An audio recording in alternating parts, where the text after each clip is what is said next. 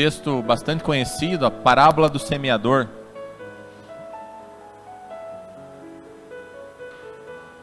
E eu intitulei essa mensagem como Vindo e Seguindo. E vocês vão entender o porquê. Aqui em Lucas 8, versículo 4, na minha Bíblia, ele começa dizendo assim: E ocorreu que uma grande multidão se reuniu, e pessoas de todas as cidades vieram ouvir a Jesus. Foi quando ele lhes propôs a seguinte parábola: Eis que um semeador saiu a semear. Enquanto lançava a semente, parte dela caiu à beira do caminho. Foi pisoteada e as aves do céu a devoraram. Outra parte caiu sobre as rochas e quando germinou, as plantas secaram, pois não havia umidade suficiente. Deixa eu achar aqui que eu me... Outra parte ainda caiu entre os espinhos, que com ela cresceram e sufocaram suas plantas. Todavia, uma outra parte caiu em boa terra, germinou, cresceu e produziu grande colheita, a 100 por 1. Tendo concluído esta parábola, exclamou: Aquele que tem ouvidos para ouvir, ouça. E aí a sequência, Jesus vem explicando a parábola. Mas aqui tem um detalhe, aqui a Bíblia diz assim: seus discípulos lhe perguntaram o que ele queria comunicar com aquela parábola. Ao que ele lhes replicou: A vós outros é concedido saber os mistérios do reino de Deus. Aos demais, contudo, anuncio através de parábolas, para que vendo não vejam, e ouvindo não o compreendam. Eis, portanto, o esclarecimento desta parábola. E aí depois, isso aqui eu quero ler depois para você. A questão, você tente se imaginar, para contextualizar essa palavra, tente imaginar você vivendo num lugar em que Jesus não tinha ainda vindo, e de repente aparece alguém dizendo ser o Cristo, dizendo ser o Messias. Esse era o contexto em que o povo estava vivendo. E aí nós tínhamos aqui a classe dos religiosos, que eram os fariseus, os saduceus, né? Aquele povo já judeu, e tinha esse povo que de certo modo não se encaixava bem nos requisitos religiosos, que era o que a Bíblia intitula muito como multidão. Era uma multidão, né? E aí Jesus começa a sua caminhada, Jesus começa as suas pregações, né? A sua primeira pregação, o Sermão do Monte, ali ele prega para milhares de pessoas, e aí ele vai ao longo do tempo, fazendo a sua caminhada ministerial, e vai pregando e fazendo muitos milagres, muitas curas, e as coisas vão acontecendo. Mas aqui eu quero separar entre duas classes, porque a Bíblia fala aqui nesse texto de dois tipos de pessoas que seguem a Jesus. São aqueles que vinham até Jesus, que a Bíblia intitula como multidão, e tem aqueles que seguem a Jesus, que a Bíblia intitula como discípulos. E a Bíblia faz essa distinção. Ela é clara em dizer, Lucas aqui ele fala no versículo 4, ele diz assim: aqueles que vieram até Jesus. E é interessante o modo que Jesus age com essas pessoas, porque a gente tem uma mentalidade de que Jesus fazia questão, de certo modo assim, que todos o seguissem. Não era para que todos o seguissem, era para que todos o reconhecessem, o aceitassem. Mas ser discípulo está atrelado muito a uma condição de coração que eu quero estar explicando para você aqui depois. E é essa grande questão que Jesus trata aqui no sermão, nessa parábola do semeador. O que Jesus está tratando aqui é a motivação do coração. Estritamente isso. Porque o que a multidão vinha fazer? Aqui tem um outro texto, se eu não me engano, Mateus, Lucas, eu li Lucas, ele é o mais resumido. A gente encontra isso também em Mateus 4, Marcos 4 e Mateus 13, são nos 3 evangelhos. Só João não relata a parábola do semeador. E aí, tem algo interessante em Mateus, que ele fala assim, que a multidão o comprimia E Jesus entra num barco e se afasta da beira da praia para que ele possa pregar a palavra. Então a gente vê nesse momento uma atitude assim de Jesus que nos parece às vezes um pouco estranha. Como Jesus se afasta das pessoas. E aí você pode citar, eu já ouvi muitas teorias do porquê que ele se afastou das pessoas, mas não quero entrar nesse aspecto. A grande questão aqui, qual que era o propósito de Jesus nesse dia? Porque se Jesus por várias vezes orou pelos enfermos e eles foram curados, manifestou milagres e esses milagres aconteceram, nesse dia em específico o propósito de Jesus não era milagres, mas era uma outra cura, a cura da alma. E eu vou falar uma coisa para você, é mais fácil você curar a sua enfermidade física do que curar a sua alma. Porque a física, eu imponho a mão sobre você, a Bíblia relata assim: derrame o óleo sobre o enfermo e a oração da fé curará o enfermo. Então se eu tiver fé suficiente, se você tiver fé suficiente, com uma oração nós resolvemos a questão física. Mas para a questão da alma, uma oração não resolve. Eu fazer uma fila aqui e botar a mão na cabeça de vocês, eu não consigo curar a alma de vocês. Como é que a gente faz para renovar a alma? Romanos, vê se vocês lembram. Romanos, qual que é o texto que eu tanto prego aqui? Romanos 12. Renove a sua mente. Porque esse é o processo. A mente é renovação. E é essa questão que Jesus queria tratar com esse povo. Por quê? Porque eu fico imaginando essa multidão que veio até Jesus nesse dia, é a mesma multidão que lá atrás ouviu o Sermão do Monte.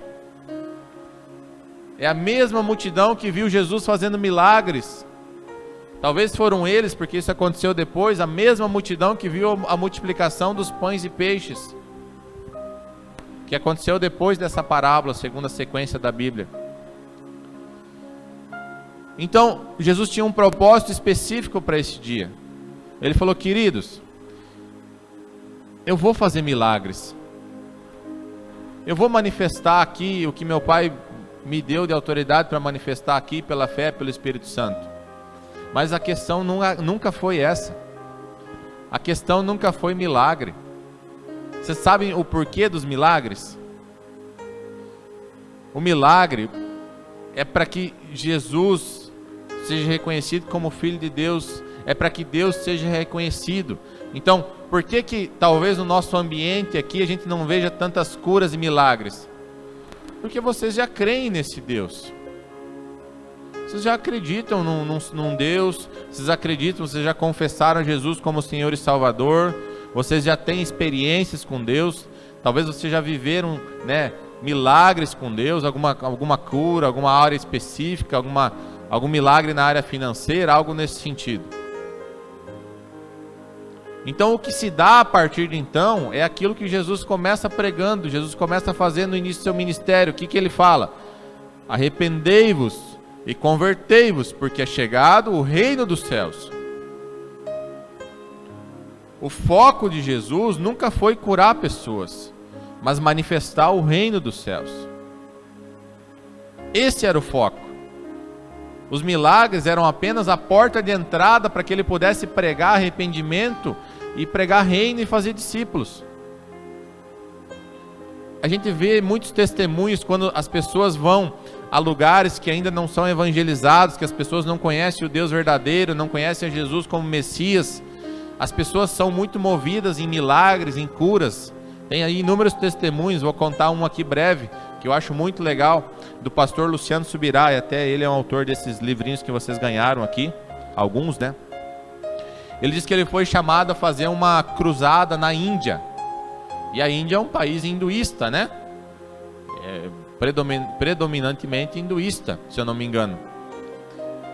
E aí ele disse que estava lá no púlpito, lá com todo o equipamento, e ele vê aquela multidão de pessoas muito agitadas, né? E ele começa a pregar lá em cima e falar do Deus verdadeiro e tal, e aquela coisa, e Bíblia. E de repente começa uma chuva, irmão. Mas sabe aquele pé d'água assim, derramado, aquela coisa assim, fora do normal?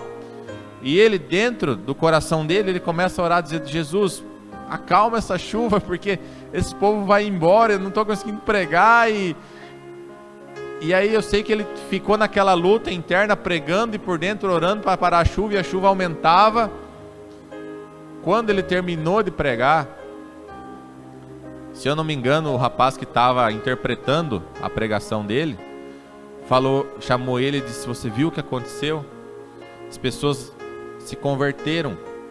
Daí ele disse: mas não consegui nem pregar direito. Daí ele disse: não, aqui faz mais de anos que não chove. E enquanto você pregava, Deus mandou chuva. Eles reconheceram que através da sua pregação, o Deus verdadeiro agiu aqui, derramou chuva nesse lugar. Eles reconheceram Jesus como Senhor e Salvador.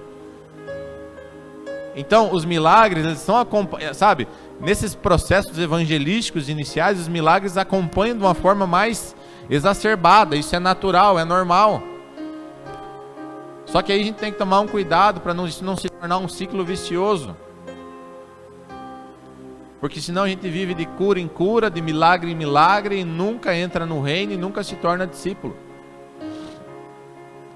A cura e o milagre é a porta de entrada para o reino dos céus. E é por isso que eu estou falando que entre os que vinham e os que seguiam. Porque os que vinham eram multidões, mas os que decidiam seguir eram poucos. A motivação dos que vinham até Jesus era a cura física, às vezes apenas. Mas a motivação dos que seguiam a Jesus era o reino dos céus. Eles entendiam que Jesus era o rei dos judeus. Seria ele quem estabeleceria um reino eterno aqui na terra. E então eles diziam: não, eu quero fazer parte desse reino. E então eles seguiam a Jesus. Mas é interessante a gente também analisar que praticamente 99% de nós, eu me incluo nisso, veio para a igreja buscar a Deus, buscar Jesus por um interesse. É ou não é verdade? A maioria de nós tinha algum interesse. Resolver um conflito familiar, uma cura, resolver uma questão emocional, resolver a área financeira. Nós tínhamos um interesse. Isso é normal, porque a gente reconhece que esse Deus tem uma capacidade maior do que nós temos, e Ele tem a capacidade de nos ajudar e nos abençoar. Mas não pode parar por aí. Porque se para por aí, você fica apenas no estado de multidão. E não é esse o propósito do reino dos céus. O propósito é que você alcance aquilo que você busca em Deus, e que a partir de então você comece a buscar, a fazer aquilo que Deus espera de você. E não mais só aquilo que você espera dele. Você entende que tem uma inversão ali? A gente vem para Jesus, esperando o que Ele faz por mim. Mas depois que eu entendo Ele, de uma forma genuína e verdadeira, e a parábola do semeador também fala daqueles que entendem, nós vamos ver aqui mais para frente, as coisas se invertem. A partir de então o que eu posso fazer por ele? Se você for ler Atos 2, os primeiros que se converteram com a pregação de Pedro, eles chegaram até Pedro e fizeram uma pergunta e disseram assim: o que vamos fazer nós a partir de agora? E a gente vem para a igreja e a nossa pergunta é: o que o Senhor vai fazer por nós? Mas um bom cristão, ele diz: Senhor, o que eu posso fazer por você? Porque quando eu me disponho a fazer algo para Deus, eu estou declarando o que? Que eu sou servo. E só é servo quem serve. E se você não serve, você não é servo. Você, para Deus, desculpa a palavra, você é um inútil. Se você só vem para a igreja para receber, você não serve. Servidão, serviço, trabalho. Você precisa parar de ser multidão e começar a ser discípulo. Coloca Mateus 16. E nós vamos começar a discorrer alguns assuntos aqui. Mateus 16. Não, é Mateus 13, versículo 16. Desculpa. Mateus 13, 16.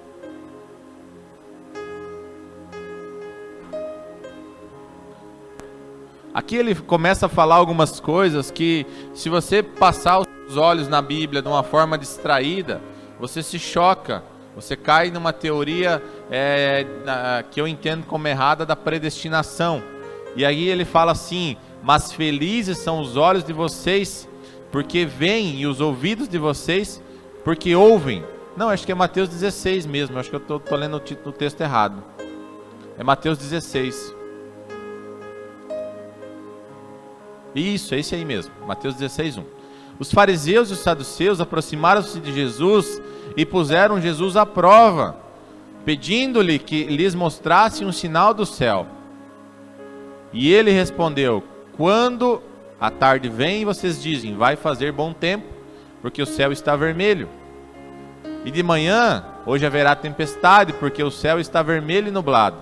Vocês sabem interpretar o aspecto do céu, mas não sabem interpretar os sinais dos tempos. Uma geração perversa e adúltera pede um sinal miraculoso, mas nenhum sinal lhe será dado, a não ser o sinal de Jonas. Então Jesus os deixou e retirou-se. Aqui o que eu vejo é um grupo religioso, ou talvez uma multidão orgulhosa. Isso aqui é puro orgulho. Porque você chegar para Jesus e falar assim: me dê um sinal que você é o Filho de Deus. Prova que você é o Filho de Deus. O que eu quero que você entenda aqui não é que Jesus não queria que eles se convertessem, mas Jesus queria antes tratar o coração deles. E porque eles tinham um coração soberbo, um coração orgulhoso, um coração não quebrantado de humildade, o que Jesus fazia? Jesus falava em parábolas, e aí terminava de falar e ele se retirava. Por quê? Porque a Bíblia também me ensina a não jogar pérolas aos porcos. Tem pessoa que vem para a igreja e vem para Jesus, e ele quer só questionar, ele vem aqui, ele escuta um culto, no outro dia ele quer pregar para o pastor. E o coração está cheio de orgulho, está cheio de soberba. E ele não é alguém que se quebranta. Mas enquanto os religiosos, Jesus tratava dessa maneira, os discípulos, eles simplesmente chegavam e davam uma palavra e diziam assim: Jasmine, vem e me segue. A Jasmine levantava, largava tudo que ela tinha e seguia Jesus. Vocês estão vendo a diferença do coração entre um e outro? Se Jesus chega para esse grupo de fariseus e fala assim: deixem tudo e me seguem, eles iam zombar de Jesus. Então Jesus, ele discernia o coração das pessoas. E aqui está a grande chave, aqui está a grande questão de tudo. A questão não é o quanto você sabe, não é o quanto você vem na igreja, mas é o seu coração. Se o seu coração não é um coração ensinável, você pode ser um teólogo, você não serve para o reino dos céus. Porque você vai viver a sua vida, a sua teoria, do seu jeito, e não vai ajudar ninguém nesse processo. Porque o soberbo, ele está preocupado com ele mesmo, ele está preocupado consigo. O orgulhoso, ele tem o orgulhoso e tem o falso humilde, né? Tem aquele que parece humilde, mas no fundo ele é orgulhoso. Eu sei porque eu já passei por esse processo. A gente tem um aspecto tão humilde, mas no fundo a gente está cheio de orgulho, cheio de soberba. E aí Deus precisa nos quebrantar, precisa nos ensinar muita coisa. Então Jesus pregava para as pessoas segundo a motivação do coração delas. E a gente precisa também aprender a discernir isso. Porque tem pessoas que chegam na gente e eles não querem ser abençoados pela palavra. Eles querem achar um erro na nossa pregação para questionar, para dizer que não vale, para dizer que o nosso Deus não é verdadeiro, que a Bíblia se contradiz. E essas pessoas estão dentro da igreja, estão convivendo no nosso dia a dia. E um coração totalmente, infelizmente, desviado do propósito genuíno, que é um coração quebrantado, contrito. A palavra diz que o Deus não resiste a um coração assim. Você imagina que Deus não resiste a esse coração. Coloca Lucas 8:10 também. Eu Eu quero que você saia daqui entendendo a palavra de Deus, sem dúvidas sobre essa palavra. Porque o povo padece por falta de entendimento. Tem algumas versões que falam conhecimento, eu não concordo com isso. Porque às vezes nós conhecemos, mas não entendemos. A questão é se você entende. Lucas 8:10 diz assim: Ele disse, a vocês foi dado o conhecimento dos mistérios do reino de Deus, mas aos outros falo por parábolas, para que vendo não vejam, e ouvindo não entendam. É meio louco isso, né? Tipo assim, Jesus está dizendo assim, eu estou pregando para eles, mas eu quero que eles não entendam nada. O fato aqui, querido, é que Jesus não está determinando que eles não vão entender. Jesus está apenas constatando que eles não vão entender. Isso faz uma diferença enorme no contexto da pregação. Porque um texto não contradiz outro texto.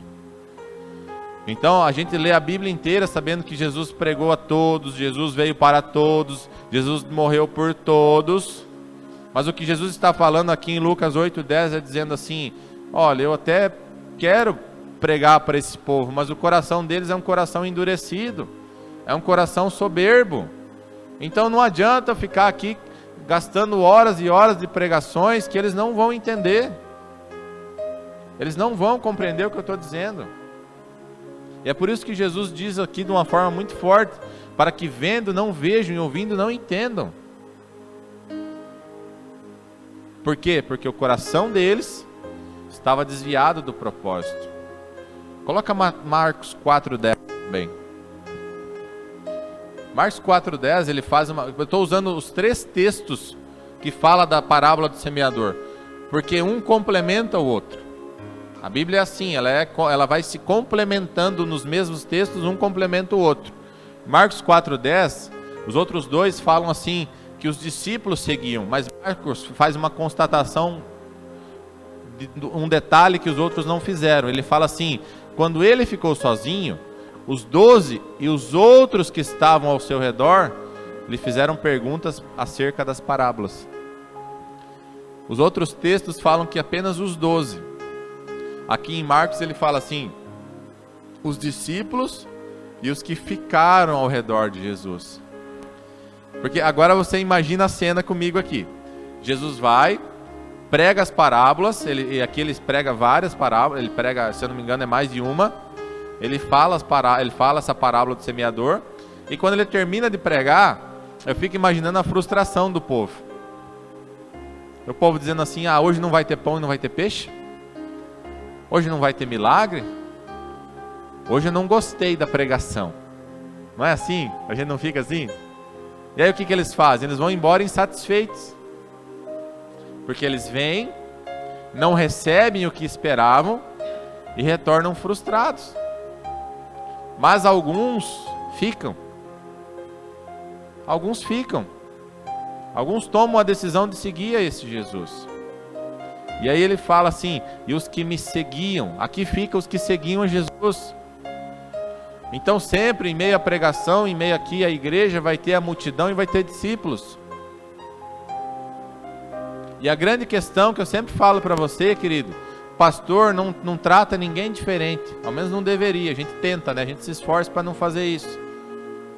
Mas eu reconheço aqueles que são próximos e reconheço aqueles que não querem proximidade. E eu respeito isso. Sabe? Termina o culto. O que eu sempre peço? Não vai embora sem dar um abraço, sem me dar um abraço. Eu dou amém, tem gente que sai embora, vai embora. Tem gente que fica. Tem gente que fica até o final para ver onde é que a gente vai jantar junto. Tem gente que janta e ainda vai lá em casa no final. Você está entendendo? Eu não convido ninguém diferente para nada. A questão é as escolhas que você faz, de você querer estar próximo ou não. Aqui define se você vai ser multidão ou vai ser discípulo. É uma escolha sua. E aí nesse processo de caminhar junto, nós vamos aí discernir o coração, vamos ver como é que está a sua vida, né? E vamos trabalhando junto aí. Essa multidão, como eu estou falando, eles já tinham ouvido pregar arrependimento, eles já tinham ouvido pregar sobre conversão. Só que é aquela coisa, isso aqui não era o interesse deles. Esse não era o interesse da multidão. A multidão queria pão e peixe, a multidão queria ver milagre, queria ver o fogo descer, queria ver o reteté, o sapatinho de fogo, entendeu? É o negócio, é ver a igreja, né? Aquela coisa, sabe? Eu fui muito impactado quando o pastor Irineu Gruber ministrou aqui. Porque eu tinha uma expectativa no meu coração que eu veria milagres. Porque ele é um homem que move muito em milagres. E a partir daquele dia, Deus virou uma chave na minha mente, no meu coração. Que a maior cura se dá através da pregação da palavra. Porque a cura física resolveu, acabou, vai embora. A pregação da palavra faz você seguir a Jesus. A maior cura que pode acontecer dentro da igreja é a pregação da palavra. Essa cura, o nosso corpo, enquanto a gente está pregando, não pense que não acontecem milagres. Acontece porque o Espírito Santo está aqui. E nós não limitamos a ação dele.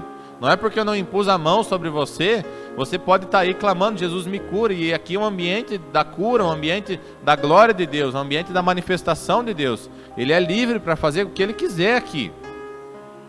Então não é porque eu não dei uma palavra específica, porque eu não botei a mão na sua cabeça que você não vai ser curado. Você vai ser curado sim. E vai ser curado fisicamente. E a palavra vai curar as suas emoções, vai curar a sua alma. A palavra vai sarar o seu espírito. A palavra ela age de uma forma completa. O que a Bíblia diz? Que ela faz separação, ela vai tão profundo, que ela faz separação entre ossos e medula. Alma e espírito. Esse é o poder, a palavra é poderosa, então a gente não pode diminuir, às vezes porque a pregação diz, mas a pregação do pastor, ele não ora, ele não manifesta. A palavra faz isso por si só. É ela que faz. Não sou eu, não depende de mim. O Gabriel falou aqui, o dia que eu achar que depende de mim, botar a mão sobre alguém e alguma coisa vai acontecer, acho que Deus me mata no outro dia. Não depende de mim. Depende dele, e só dele. Aqui segue no versículo 12 aqui de Marcos 4. Sabe, Jesus, ele era muito amoroso. Muito amoroso. Tanto que a Bíblia diz que as criancinhas vinham até ele. E o Jeter falou isso uma vez, né? E isso me chama a atenção até hoje. Você já viu criança indo no colo de gente carrancuda? Não vai, né? Então a criança gosta de gente feliz. Gente alegre, sorridente, brincalhona. E as crianças vinham e ficavam no colo de Jesus. Então eu imagino Jesus como alguém muito alegre, muito feliz, muito sorridente. A característica de um cristão. Mas tinha hora também que era muito firme. Os momentos necessários, Jesus tinha firmeza. Porque a gente confunde amor com libertinagem. E amor não está ligado à libertinagem e aceitar todas as coisas. Eu entendo que o amor de Deus é aquele amor também que nos corrige. E aqui ele vem trazer uma correção que é forte ouvir isso. Ele diz assim em Marcos 4,12: a fim de que, ainda que vejam, não percebam, e ainda que ouçam, não entendam. De outro modo, poderiam converter-se e ser perdoados. O que a gente mais ensina é: se converta, Deus tem perdão para a sua vida. E aí vem Jesus dizendo assim: é para que não aconteça. Eu não quero, não é para acontecer. E aqui o que eu entendo desse texto não é que Jesus está negando perdão e conversão a ninguém. Não, de modo algum. Ele é totalmente acessível a todo mundo. Mas o que Jesus está falando, o que eu entendo desse texto é a questão seguinte. Jesus está dizendo: olha, se vocês não querem arrependimento e conversão, porque é isso que eu venho pregando desde o começo aqui da minha caminhada com vocês. Imagina a multidão, todo domingo eles se reuniam num lugar e Jesus pregava a mesma coisa: arrependei-vos e convertei-vos, arrependei-vos e convertei-vos. E o povo vinha só para receber milagre. Daí Jesus pregava: arrependei-vos e convertei-vos. E o povo: não, eu quero milagre. Aí o povo, na hora de seguir Jesus, vai embora, dá o amém no culto, todo mundo sai correndo. Aí Jesus fala algo assim: esse povo precisa entender que quem precisa de Deus é eles, não eu. E é por isso que eles, ouvindo, não ouvem e não entendem, para que não se convertam. Porque a motivação era que, quase que dizendo assim, é Jesus que precisa de nós. Sabe, Jesus morreu por todos, para todos. Mas Ele é autossuficiente. Ele não precisa de você. Ele não precisa da sua adoração, Ele não precisa do seu dízimo, Ele não precisa da sua oferta, Ele não fica mal, Ele não fica depressivo quando você não vem para a igreja. Ele não entra em crise quando você deixa de caminhar com Ele, porque Ele é autossuficiente em si mesmo. Ele não fica frustrado. E a questão aqui é que a gente precisa entender que quem precisa dele somos nós. Enquanto eu achar que a minha vida, se eu deixar de ir na igreja num culto, Deus vai chorar por mim, Deus vai mandar alguém lá em casa para me buscar, para me dar uma palavra, para perguntar como é que eu estou. Cara, o que Jesus fala é: vinde a mim. Jesus nunca diz assim, eu estou indo a vocês, mas a Bíblia fala, vinde a mim, todos vós que estão cansados e sobrecarregados, e eu vos aliviarei. Então a questão é se você quer ou se você não quer. A questão é o que está no teu coração, até onde você quer caminhar com Ele, até onde você quer segui-lo, em que nível você quer estar com Jesus. Você quer ser multidão? Tudo bem, não tem problema. Você não vai ser crucificado por isso. Bem provável que você ainda vai para o céu. Mas eu acho isso muito pouco perto de tudo que Jesus fez por nós. Eu acho isso pouquíssimo. Eu acho isso uma atitude tão egoísta, quando eu sei de tudo aquilo que Jesus já fez por mim, e eu decido guardar tudo isso só para mim. A necessidade de conversão e perdão é de nossa e não de Deus. Nós que precisamos buscar isso. Nós que precisamos nos esforçar para receber esse perdão e esse amor de Deus. Tem um outro texto que complementa esse texto, que é Isaías 8,16.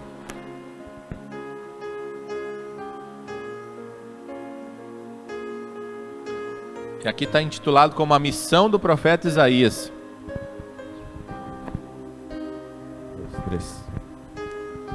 A missão do profeta Isaías. Isaías 8,16. Diz assim: grande o mandamento com cuidado, guarde o mandamento com cuidado, e cele a lei entre os meus discípulos. A missão de Isaías era pregar para quem? Para quem queria ser discípulo. Então a gente sabe, a gente precisa identificar que Deus não faz distinção de pessoas, mas Deus faz uma distinção de classes. E a questão não é que se Deus predeterminou se eu vou ser multidão, se eu vou ser discípulo, a questão é se eu escolho ser multidão ou se eu escolho ser discípulo. É uma escolha sua. Quando ele fala aqui, né, da parábola do semeador que saiu a semear, ele fala daquela semente que cai no caminho, da semente que cai nas rochas, da semente que cai e nasce e os espinhos vêm, e ele também fala da terra boa. Ele está dizendo o quê? Você escolhe qual você vai ser. Se você deixar a palavra entrar no seu coração e você deixar o diabo roubar ela, é uma escolha sua.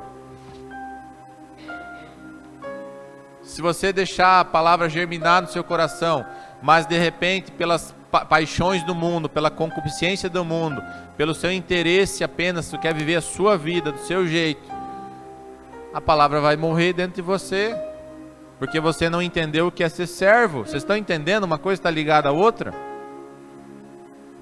É você que escolhe. Se você ouve a palavra e decide viver a sua vida, o que a Bíblia diz? Que ela não vai dar fruto. Agora, se você ouve a palavra, e aí essa palavra até cresce, ela começa a crescer, mas vem os espinhos, que são as tribulações, as dificuldades, né? Que todo cristão passa, tá? Viu? Deixa eu avisar você, todo cristão passa tribulação. A Bíblia diz isso, no mundo havereis de passar por tribulação. E aí você perece nesse processo, você não dá fruto, porque você não foi perseverante. E não é porque Deus predeterminou que você não daria fruto, é porque você não foi forte o suficiente e não teve a fé suficiente para dar fruto. Mas tem aqueles que passam por todo esse processo. E aí completam a sua carreira e dão fruto. E a palavra diz assim, produzem 30, 60, 100 por um. Mesmo você completando a carreira, completando esse ciclo de vida, você ainda pode produzir mais e produzir menos. Porque é conforme o seu envolvimento, é conforme a sua escolha, conforme a sua determinação em querer viver esse reino ou não. Se você decide servir uma vez por semana, você vai produzir 30. Se você decide servir 3, 4 vezes, produz 60. Se você serve em todo lugar, em todo tempo, você produz 100 por um. A questão é a escolha, onde é que você quer estar aqui nesse processo. E aí vem algo interessante, porque à medida que eu me envolvo com o reino, eu tenho revelação dele. Por que tem gente que vem para a igreja, fica 6 meses na igreja e o cara voa, né? O cara assim, decola em Deus. E tem gente que está 5 anos, 10 anos na igreja e está igual, no mesmo nível. Porque um se envolve e o outro não se envolve. Um decide ser discípulo e o outro decide ser multidão. Então não é o tempo de igreja que determina até onde você vai, mas é o teu coração e teu envolvimento com as questões do reino. Tem um ditado, eu vou dar uma de Cláudia aqui agora, tem um ditado gaúcho que diz assim: Deus não gasta porva com chimanga e maragato. Como é que é, Éder? Deus não gasta porva com chimango. O que isso quer dizer? Deus não dá tiro à toa. É isso, né? Ele não dá tiro à toa. Ele vai investir naqueles que vão responder conforme o investimento dele. Para que Deus vai te dar a revelação de Apocalipse se você não vai pregar para ninguém? Só para você sair se gabando para os outros para dizer que você sabe? Para você encher o seu ego e dizer, não, agora eu tenho toda a compreensão da revelação do Apocalipse. E aí, o que tu vai fazer com ela? Nada, vou guardar para mim. Deus não vai te dar. Então, à medida que você se envolve, Deus vai dando. À medida que você decide não se envolver, para ali. Deixa eu lembrar aqui, se eu não me engano é Mateus 13. Coloca aí Mateus 13.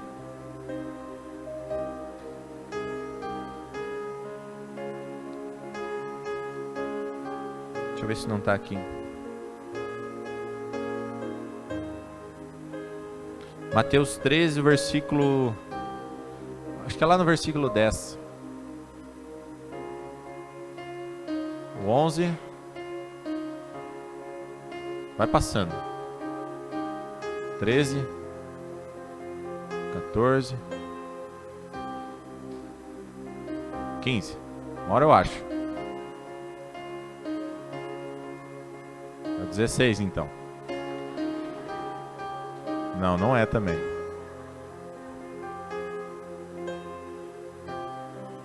Não é esse. Eu acho que esse texto está em Marcos. Está na Bíblia, tá? Eu vou achar aqui mais rápido. É porque tem os 3 textos, né? Não é essa parte. Mas resumindo, eu vou citar para você porque eu não tô lembrando onde é que está. Mas ele fala assim: aqueles que têm, Deus dará mais. E aqueles que não têm, até o que não tem lhe será tirado. Quem já ouviu esse texto? Agora é Mateus 13, 12, quer ver? Ó? Eu tinha anotado aqui e não achei. Misericórdia. Mateus 13, 12. Aí, ó. O que tem será dado, e a este terá em grande quantidade. E de quem não tem, até o que tem lhe será tirado. Isso é forte, né? Mas Jesus hoje está dando umas palavras assim meio pesadas, sabe? Mas para que você entenda esse texto, é bem fácil. Eu vou ler diferente para você. Aquele que tem fé, lhe será dado em grande quantidade. E quem não tem fé, até o que tem lhe será tirado. Você entendeu o texto agora? O que a Bíblia fala sobre fé? A parábola, a comparação do grão de mostarda. Se você trabalhar, se você exercitar, cresce e se torna uma grande árvore. E a fé é assim, ele está falando o que aqui? Da fé. E não tem como ser um cristão sem ter uma vida em fé. Se a sua fé é pequena e você não exercita, tem uma triste notícia. É possível que Deus tire até esse pouco que você tem. Para quê? Para dar para alguém que vai produzir mais. Para dar para alguém produtivo, para alguém que vai exercitar essa fé. E aí, conforme ele exercita, ele vai recebendo mais. Essa é a regra do cristão.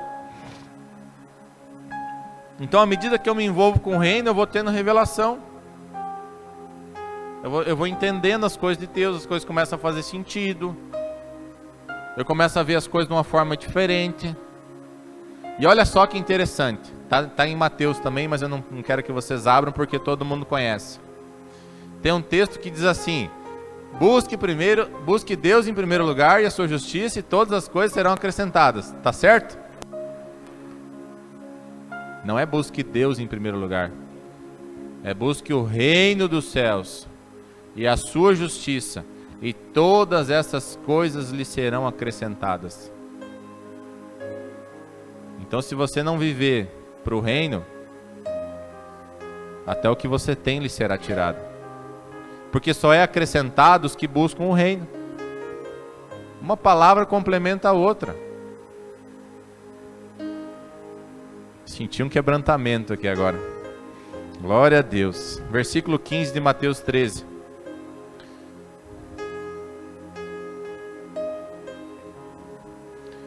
Uma outra constatação de Jesus.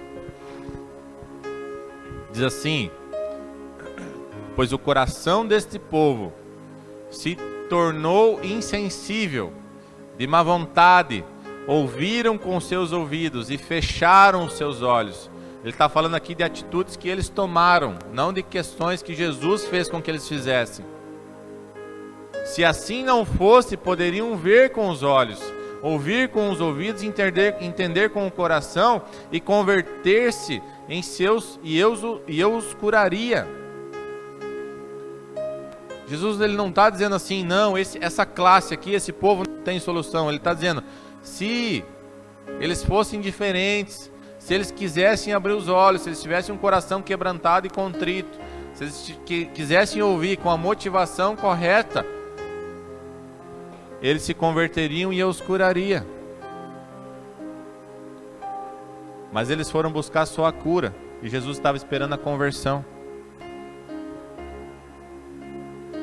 É a escolha que você faz. E eu vou falar uma coisa aqui para você não se assustar e não parar de vir na igreja. Se você quiser só a cura, eu creio que pela graça e misericórdia, Jesus até vai te dar uma hora dessa. Ele dá, sabe? Para ele não custa nada, ele já pagou todo o preço. Então, pelo amor, pela graça e misericórdia, ele faz. Mas não viva só por isso, porque isso é muito pouco. Perante tudo aquilo, perante toda a plenitude que Deus tem, o texto que a Liliane leu aqui, né? Para que tenham vida e a tenham plenamente, em abundância. Então são escolhas de onde eu quero andar, do que eu quero viver, do quanto eu me envolver com Ele. É simples aqui, eu vou parar a pregação por aqui, pronto, não precisa falar mais nada. Se você não entendeu, se você sair daqui e não tomar uma atitude diferente, não para de ouvir pregação, para de pedir milagre, não vai adiantar mais. Os sinais já foram dados. A igreja está cheia de pregação, a igreja está cheia de palavra, a igreja está cheia de mover de Deus, mas o que está faltando são decisões de seguir. São decisões de dar uma resposta para o que Ele já tem feito no meio de nós. É simples, é só isso. É o que eu quero a partir de agora. Eu quero ser multidão? Beleza, vou ser multidão. Não, eu quero ser discípulo. Eu quero ser discípulo. E eu vou caminhar com esse Jesus, eu vou seguir Ele. Sabe, uma das primeiras coisas que eu entendi no começo da minha vida cristã, porque eu também vim por interesse para a igreja, né? Até tinha uma sede por Deus, mas não entendia nada. E depois do meu encontro com Deus, eu até testemunhei isso, deve ter isso gravado talvez, não sei. Eu tinha um entendimento de que a vida cristã era assim, era eu caminhando e Deus vindo atrás de mim, resolvendo os meus problemas. Era a compreensão que eu tinha de Deus. Que Ele até estava comigo, mas Ele estava ali resolvendo a minha vida. Depois do encontro com Deus, eu tomei uma decisão. Eu disse: Deus, eu quero seguir o Teu caminho. Eu quero que o Senhor vá na frente. Eu não quero mais viver a minha vida, eu quero viver a vida do Senhor. A multidão segue na frente e Jesus vai atrás. O discípulo põe Deus na frente e segue atrás dele. E eu quero finalizar dando uma palavra especial para os adolescentes. Quero que vocês prestem atenção no que está escrito aqui. No Lucas 8. E aqui ele dá a explicação da parábola.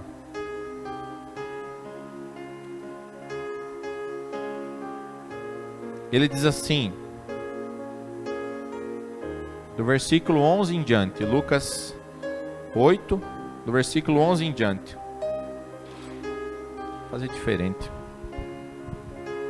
Ficar mais pertinho de vocês. Eis, portanto, o esclarecimento desta parábola. A semente é a palavra de Deus.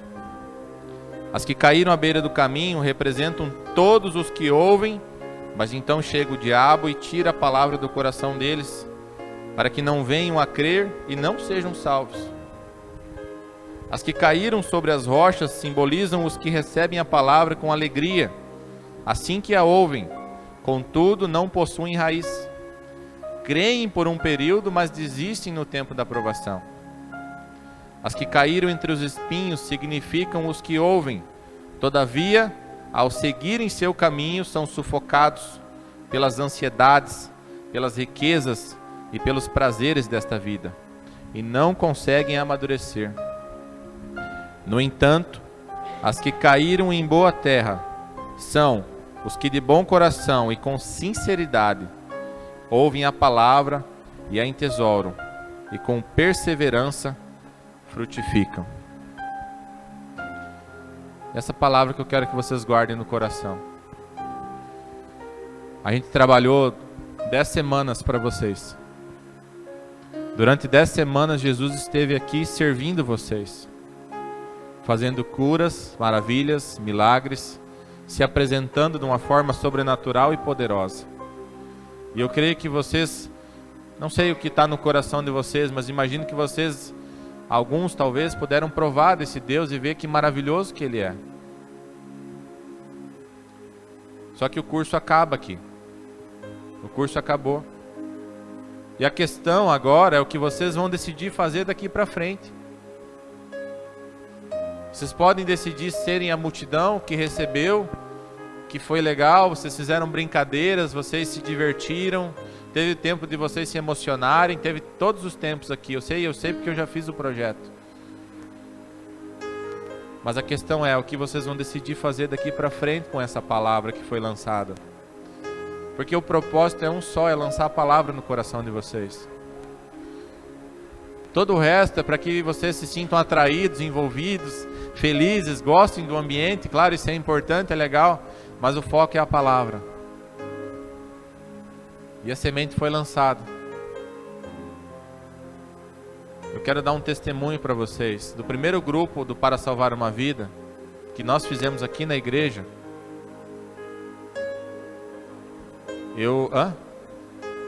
Sim, foi lá em casa ainda, não tinha nem o prédio, né? É a igreja ainda, né, Johnny? eu acredito que poucos dos que estavam lá, dos que fizeram, firmaram. Eles passaram exatamente por esse processo. O diabo roubou a palavra, veio os espinhos, as tribulações, as tentações. E talvez poucos consigam dar fruto aí no decorrer do tempo.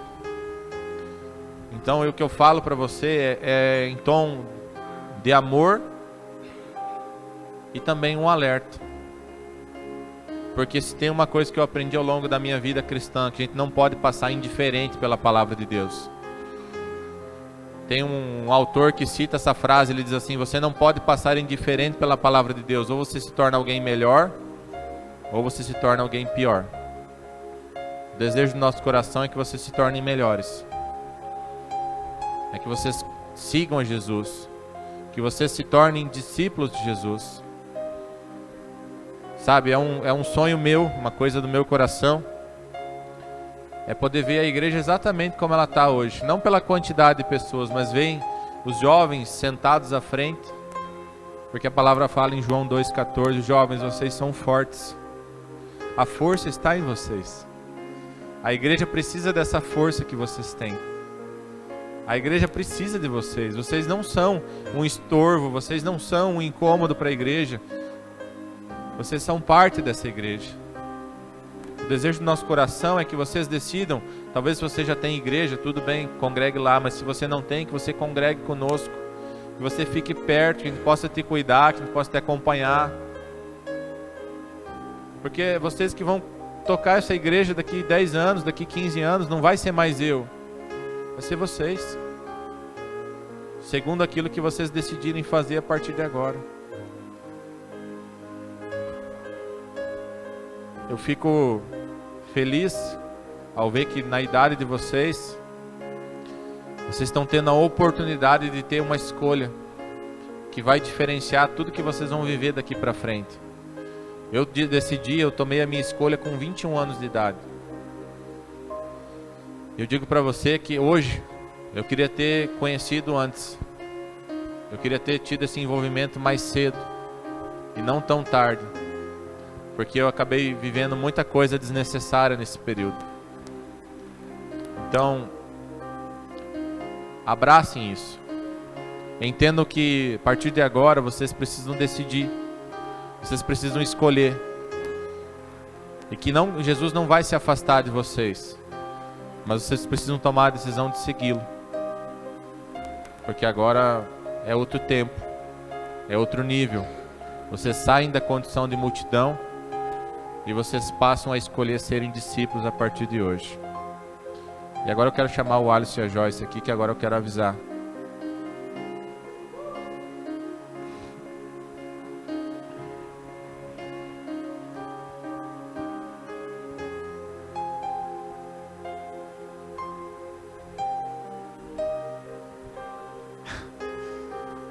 O Alisson e a Joyce foi e é um casal que trabalhou junto com vocês, que serviu a vocês todo esse tempo. E eu quero dar uma notícia legal para vocês. Eu imagino que isso é legal, espero que vocês gostem também. Nós vamos dar a oportunidade para vocês seguirem com esse grupo. Nós vamos iniciar uma célula só de adolescentes.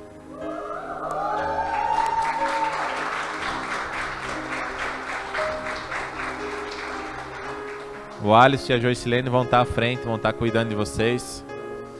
Eles vão ser a partir de agora os paizões espirituais de vocês. Eles têm um coração maravilhoso. Eles amam o que eles fazem, eles já amam vocês. E não esqueçam disso, vocês são fortes. E quando vocês estão juntos, vocês são ainda mais fortes. Então não se separem. Esse grupo que vocês formaram, continuem com ele. Vocês precisam andar em grupo, vocês são guerreiros, guerreiros andam em grupo, guerreiros não andam sozinhos. Um ajuda o outro, um fortalece o outro. E eu quero aqui que vocês orem pelo Alisson e pela Joyce, abençoando a vida deles. Quero que vocês estendam sua mão para cá. Pai, nós oramos pela vida do Alisson, da Joycelene, Pai, pelo sim que eles deram, Pai. E eu sei, imagino, Deus, o quão difícil deve ter sido dar esse sim, porque aqui a questão não era disponibilidade, Pai, mas é uma disposição de coração de te servir. É uma escolha que eles fizeram, Pai, de abrir mão do conforto, abrir mão de tempo, abrir mão, às vezes até aquilo que eles não têm, para poder servir ao Reino dos Céus, Pai. E eu oro no nome de Jesus, Pai, para que o Senhor venha, Deus, usá-los e manifestar, Senhor, os segredos do Teu coração ao Alisson e a Joycilene, Pai.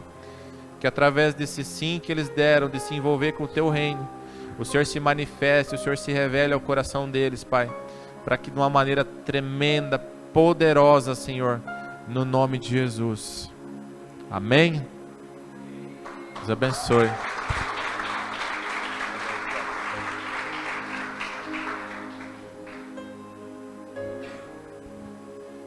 Eu quero fazer esse apelo para a igreja. Se você quiser se colocar de pé, fique à vontade.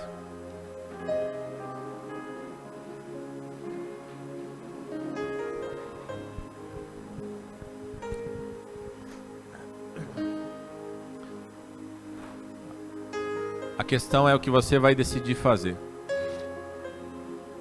A questão é qual que é a escolha do teu coração. Aonde você quer andar. Você quer deixar as águas nos tornozelos, nos lombos? Ou você quer mergulhar nesse rio de Deus e deixar Ele cuidar da sua vida de uma forma que nem você sabe cuidar?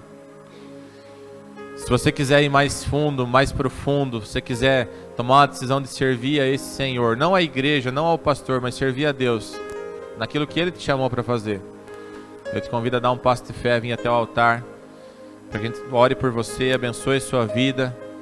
Ligue isso nos céus, no nome de Jesus. Amém?